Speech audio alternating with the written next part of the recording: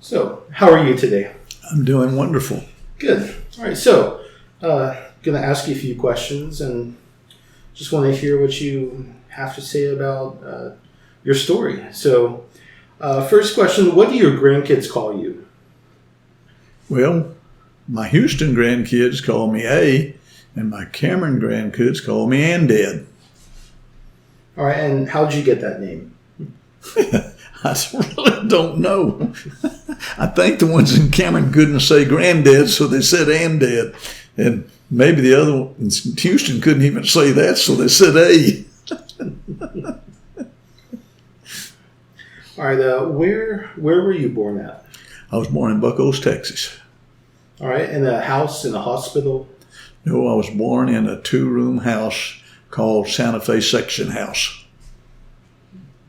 All right. What was it called? Santa Fe Section House. That was just a name, or was it? No, this Santa Fe. My dad worked for Santa Fe, and they had a long building with maybe 10, 12 rooms in it, maybe more or less. And each person that worked for the railroad, they would give them 2 rooms free. So you were born in the housing provided by the railroad. That's correct. Oh, cool. What town did you grow up in? In Buckos. All right. And what did your parents do for a living? You said your dad worked for the railroad? Yes. And then my mother never had an outside job after I was born, outside of being a housewife. But she was a midwife, and she delivered many kids in Buckos area. How many siblings did you have? Well, I had 2 brothers and a sister. All right. And how did you all get to school every day? Well, I lived about 100 yards from the schoolhouse, so I didn't take a jet airplane or a school bus or a car. I took my feet that 100 yards. And it was actually 100 yards from the school. Well, I'm saying approximately 100, maybe 150. So it was right in your backyard. Well, my parents' property line came about 20 feet from the schoolhouse property. Oh, wow. What was your school like? Was it a one-room schoolhouse? Was it multiple classes? It was a 2-story school. It had 4 rooms downstairs and 4 rooms upstairs. And what year did you graduate high school? 1957. All right. Did you play any sports or do any activities? I played football, basketball, and baseball, but not track. I was too slow. Which was your favorite? And what were you best at? I don't know. I had a little bitty scholarship offered to me in basketball by Temple College. But I don't know. I like both basketball and baseball about the same. All right. Did your mom make your clothes, or did you buy them from a store? Well, it depends on what age you're talking about. Now, when you're talking about from birth till I started to school, my mother made my shirts and my pajamas out of what we call flour feed sacks, which was made like material that you would buy to make a shirt. And that's what she would do, make that my pajamas and underwear out of those. What kind of chores did you have to do growing up? I don't know. I guess when I got about 10 years old or less than that, well, I had to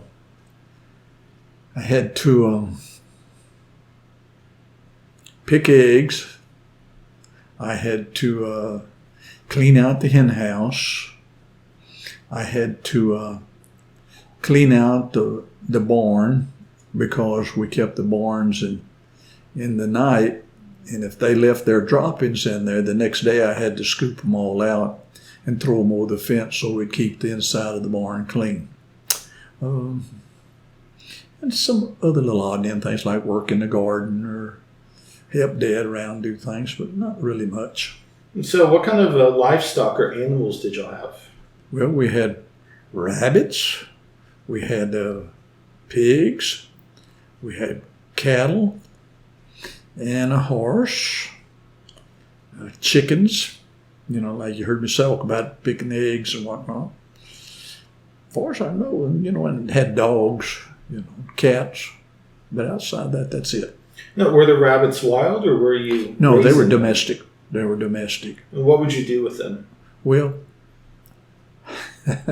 I had them for an ag project in school. You had to have a project, and so I had the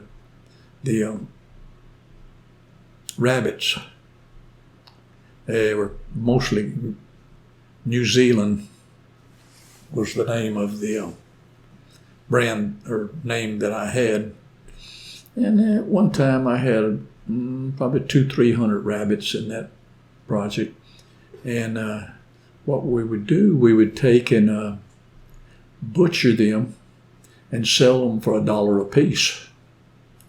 And a litter of rabbits might have 8, 10, 12 rabbits at a time. So you would sell the rabbit meat? Yes, we'd sell the rabbit meat. Wow. So growing up, did you have an indoor bathroom or an outhouse? Well, when I was first born in the Santa Fe house that I was talking about, it was all outdoor. No water, no electricity, just a wood stove. And that was basically it. How did you buy your groceries? Well, we always went down to the grocery store. Bucko's had about 5 or 6, maybe 7 grocery stores. And we would go down and buy our groceries because we only lived about 300 yards from town. So we'd just walk down and buy our groceries and carry them back in a big paper sack or two. And we'd do that, and then Dad would get his paycheck every 2 weeks, and Dad would go down and pay the bill. So you wouldn't pay for the groceries when you bought them? No, it was just charge account. Okay. Yeah. Did y'all have a fridge or a freezer or Yes. an icebox? Yes. No, we had a refrigerator. It was called a Cecil, and it was a kerosene refrigerator. Now, most people say, kerosene refrigerator? Yes, it made ice. You'd fill it up with kerosene at night. I mean, every day, or every 2, 3, 4 days, whatever. And then you would light a fire underneath whatever there was the chemical in there, and it would activate that chemical to circulate around through in there. And that's what would keep your refrigerator cold and make ice. Did y'all have a washing machine? We did, but I know it was after probably I was maybe 8 years old, something like that. So how would you wash clothes before then? Well, Mother would use just a rub, what we called a number 3 tub, and she'd have them in there with soap, and then she'd use a rub board and rub them clean and rinse them from one to the other and then hang them on the line.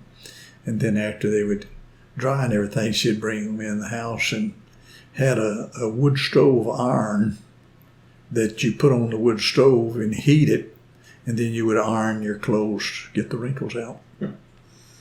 Did you make your own soap? Yes, we made our own soap. How would you do that?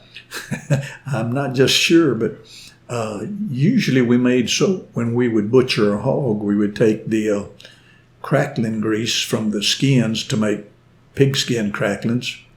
And we'd take that fat, and then we'd take the bacon fat that we had accumulated during the year and save it, and then we would put it in a big iron wash tub, wash pot, what we called it. Matter of fact, I still have it in the backyard. But we would put that grease in there, and then we'd build a fire underneath that wash pot, and then we would add lye to it. And then when you add lye to it, there was certain formula there, and then you would have to sit there with the wood pedal and stir it all the time so it wouldn't burn or anything. And then it got to a certain stage of thickness and everything, then we would do away with the fire and let it cool down, and then we'd take and cut it in little squares out of that thing. And it was multiple purpose. It was a very good soap because you used it as a shampoo, you used it as body soap, you used it as to wash your clothes, do your dishes. It was multiple purpose. You used it for everything. So did y'all have a telephone at your house? Never had a telephone while I was at home. When I got married at 21, I don't know, just a little while later, they got a telephone. I don't know why they didn't want one, but they didn't. Did you have a radio in your house? Oh, yeah, we always had a radio. What kind of music was on? No, my dad didn't listen much to music. He lots of times he would go sit out in his car, that 36 Dodge I was talking about, and he would listen to the 6 o'clock news sitting in the car out in the garage. And then we had a radio, which I still have out in my storage building, that was right at the head of the bed in the bedroom, and we'd listen to it. But then when I was about 14, I guess, 13, we had, it was about 1951 or something like that, We had a TV, so we had communication there with the news and watched wrestling and Lone Ranger and just on and watch football. It was real exciting. It was a 13-inch TV, and we had the second one in Buck Oaks, and we had a 75-foot antenna. And after school, all the boys had come home with me to watch TV. That's cool. How did you take family pictures? Well, I don't guess we really took a whole lot of pictures until about 1940-ish something. I don't know what, with a camera, But really started taking them in about 1952, I would say. What was your first job? My first job? Oh my, you don't know that. My first job was picking cotton. Tell me about that. Well, it was a tough situation. You would have a sack maybe 10, 12 feet long, and it had a strap, and it fit over your shoulder on your right side and then come under your left arm, and you'd pull it down the road and you'd pick cotton. And then the sack would stay open on your right side, and you'd get a handful of that cotton, and you would stuff it back into that sack, and then every once in a while you'd have to stop and pack it. And it would get pretty heavy for a little guy, because my dad would always take his vacation from working at the railroad during that time, and we had to go pick cotton. What was one of your favorite jobs growing up? There's two of them, I guess. When I was in junior high, my brother-in-law had a jewelry watch repair shop and quite a few other businesses and some other things pertaining to that shop. And I would go to San Antonio and I would clean clocks for him. And then he taught me how to repair gold and silver jewelry. And during the summer, I'd go down there and I would repair clocks and do jewelry repair. And he would always give me 50% what I made. And at that time, I could make $100 in a day. I'd make $50 a day. And we worked 6 days a week, and I was making $300 a week, which was unheard of from anybody. $50 was the top at that time. So, yeah, I made a lot of money during that summer. But I was reckless with my money. I was not very frugal. What'd you spend it on? Oh, I'd spend it going to wrestling down San Antonio, go to the movies, go to coast fishing with a friend of mine down there, and just different things. And then when I'd get home, I'd have money, and then I'd spend it during that time doing different things. What was the first car you bought and owned? Well, the first one that I paid for, or the first one I owned? Both. Well, the first one I owned was a 1940 Ford, and that was probably about an 8th grader in high school. My brother bought it in San Antonio and told me if I'd come to San Antonio, he got something for me. And so I went down there, and sure as shooting, he bought me that 1940 Ford, and I had to drive it back to Buck Oaks, right through downtown San Antonio and Austin. And how old were you? I was 8th grader, probably. 8th grade, so not could have been my freshman year going into high school. I can't remember for sure. Okay, so you weren't 16 years old yet. No insurance, no driver license. What about the first car you bought and paid for? The first one I bought. Well, let's take this back a little step. Okay. Then after that, when my uncle in Dallas called and said, well, I don't know, I think they wrote a letter to us and told us to come to Dallas, that he wanted to buy me a car. And so he bought me a 1949 Chevy Coupe. Beautiful car with fender skirts, sun visor. It was a beautiful car back then. And so then that was another free gift. But then the first one I bought was a brand new 1957 Chevy hardtop with everything on it. How much did you pay for it? $2,650. And it was a nice car. Oh, it's the best you could get at that time. How did you buy gas? Was it a self-serve, full service? Or? Well, I worked at a service station all through high school, see. So, and then a year afterwards, so I always worked there, so I always got a discount. I think I paid like 23 cents for the ethyl, the best gas per gallon. So that's how we did. Now, my dad, I remember as a kid, he would go to Mr. Washek's garage and buy 5 gallons every 2 weeks. And it had a hand pump on the side that you had to push back and forward. And you'd pump 5 gallons up this glass pump. And then when you got to 5 gallons, you'd quit pumping. And then you would put the hose in the car and let it drain down in there. It was neat. Get gas, no electricity. So what was the first movie you ever saw in theaters?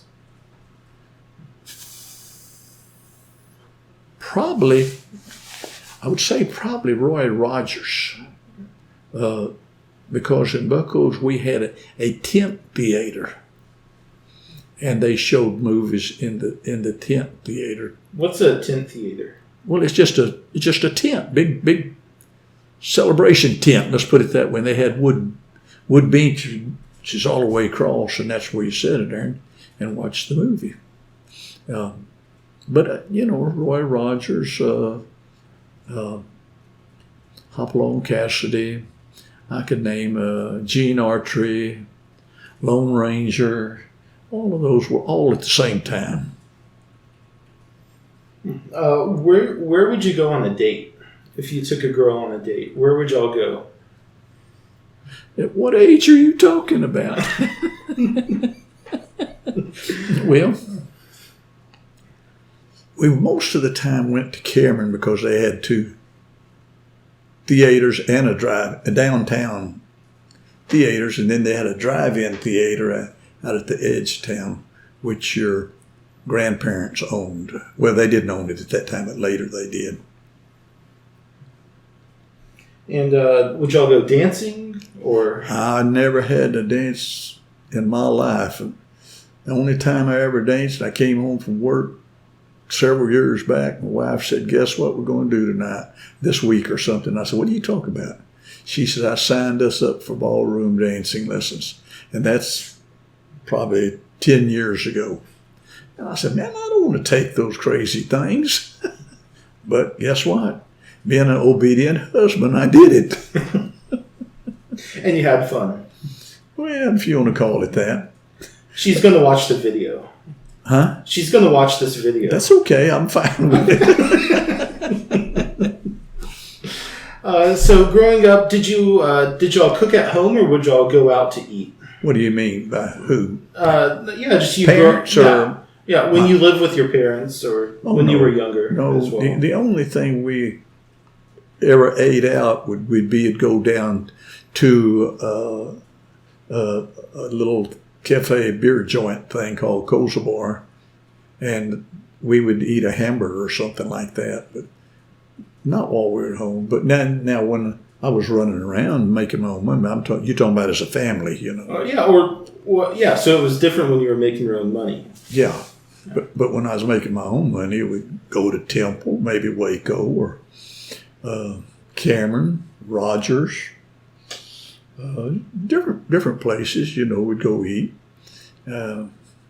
We like going to Temple most of the time and eat, go to the theaters and whatnot, and sometimes to Waco. Just whatever, you know. We just love running around all the time. When you were running around with your friends, did you ever smoke cigarettes or drink alcohol? Neither. Why not? Didn't. Well, I smoked one time when I was in grade school. My friend said, "Hey, let's go up here to the ballpark. I got some cigarettes." I stole one out of my mother's restaurant, cafe. And so I was in grade school, about, 6th, 7th grade. We went up there and he handed me one of those and I smoked that thing and it turned my eyeballs inside outwards and I was dizzy and wanting to vomit and everything. And I said, there ain't no way I'll ever do that again. And I didn't. And what about drinking? Drinking? No.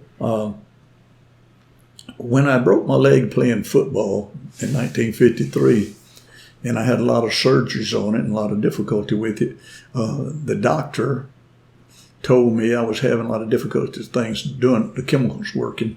So the doctor put me on a beer diet. Half a beer in the morning and half a beer in the evening for it to do something for my legs. I think they just wanted me to drink beer. But anyway, my dad brought, I guess it was a 6-pack. I don't even know whether they had 6-packs then, but I'm just assuming it was a 6-pack. And so the first day he brought it home, I drank a half a beer in the morning and half a beer in the afternoon. Anyway, the next day I drank one half of that morning. And I told my dad, I said, "Dad, I ain't drinking no more of that stinking stuff. That's a horrible taste of stuff I ever tasted in my I'll just end up crippled." And I never did drink any more of that beer. Did your family ever go on vacation? Well, our vacations usually pertain to Shreveport, Louisiana, where my dad's sister lived, Aunt Emma, and we would go there and visit her occasionally. And then we would go to San Antonio when my sister got married in like 1941 or 40, about 41. And we would go down and see them because her husband was in the service and whatnot. But then when he went to the service, she moved home with us. And then we'd go up to Buchanan Lake occasionally and camp out and fish, but not very often. It was rare. Would y'all stay at a hotel or with? Oh, man. No, and now we would go to Dallas and see my mother's sister and aunt and uncle, you know. But outside of those places, that was our vacation. All right. So it seems like we've learned a whole lot about your past and how you grew up. So I'm going to finish up with 3 questions. Now that you're older, you have more knowledge and I don't know about that. Yeah, more wisdom. First question, if you had $10 million, what would you do with it? At this age? Yeah, right now, today and now. Huh? Right now, today. Yeah, today? Well, I would probably give my grandkids and them each $1 million. And then I would like to do some projects with some of it in Cameron. And I'd probably just maybe keep maybe $1 million for myself, put with what I've already got saved. And do a lot of, we always do a lot of traveling since we've been married. But I would I would continue to do that, except the virus has messed us up right now. Hey, Cindy. Last two questions. What is your favorite Bible verse? Mark 11:24. But seek ye first the kingdom of God and his righteousness. All these things will be added unto you. I believe that's correct. Or then there's several other ones, but that was one of my favorites. Mark 11:24, is that what he said? Yeah. Wife coming in here checking me out. If it's Mark 11:24, that sure was. As I was walking by. That's my favorite. At my barbershop, I always had that on my mirror, on the back bar, on the mirror, that scripture, and that was very important. All right. And last question. What is your best piece of advice for a long and happy life? Are you speaking in terms of a long, happy marriage life? Marriage or life in general. I think there's a lot of things in there. Don't hold no bitterness, grudges. Those things, they'll destroy you, and be friendly and let people know that you love them. And my spiritual gift was always a servant. And so I always wanted to help people and wait on them and do this, that, do anything for them. But just living a good, clean life, and just be happy. And, certainly that I have to give the Lord all that credit, because I never did go to church whatsoever until I married my wife. And I certainly wasn't a Christian for several years after that, before I finally realized I was lost and going to hell, even though I was going to church. And so we've served the Lord, and we have a wonderful relationship, and we do everything together. We don't make decisions unless we decide to discuss them with each other. We make our decision. That helps our marriage, but that helps our physical being, that we don't have nothing concealed in us that the other one doesn't know. But we take care of ourselves, other than ice cream and soda water. Unscripted question. I love the story about the fudge bars that you ate. That's a good one. That was when I was in high school playing basketball. Anyway, we went down to where my dad had the credit to buy groceries and whatnot, and they had an old ice cream bar there with the marble and everything, and they'd always let us make our own malts or whatever, and boy, we could doctor them up unbelievable. But anyway, one day this guy by the name of Raymond Pushwa worked in the bank, and we run around with him, and he was working in the bank, and he says, well, I'll tell you what, every fudgesicle after a certain number you eat, I'll pay for everything you eat after that. And I ate 22 of them. and then had to How big were they? Bigger than they are today, a little bit, not a whole lot, but a little bit. And then that night we had to play basketball, so I had to run all night with those fudgesicles. But you ate 22 fudgesicles. Yeah, and I think he said after 6 or something he'd pay for. And at that time they were only 5 cents a piece, so it didn't break him. Well, thank you so much for taking some time. And what is today's date as well? What is what? Yeah, today's date. I think it's January. What is today? Yeah. I have no idea. I'm retired, man. I think it's about the 8th. What's the year? Well, I know it's 2021. I know that for sure. Well, thank you so much for doing this, and we appreciate it. Yeah, I appreciate it and love you, Jacob. I love you Thanks too. for doing it. Of course. Thank you.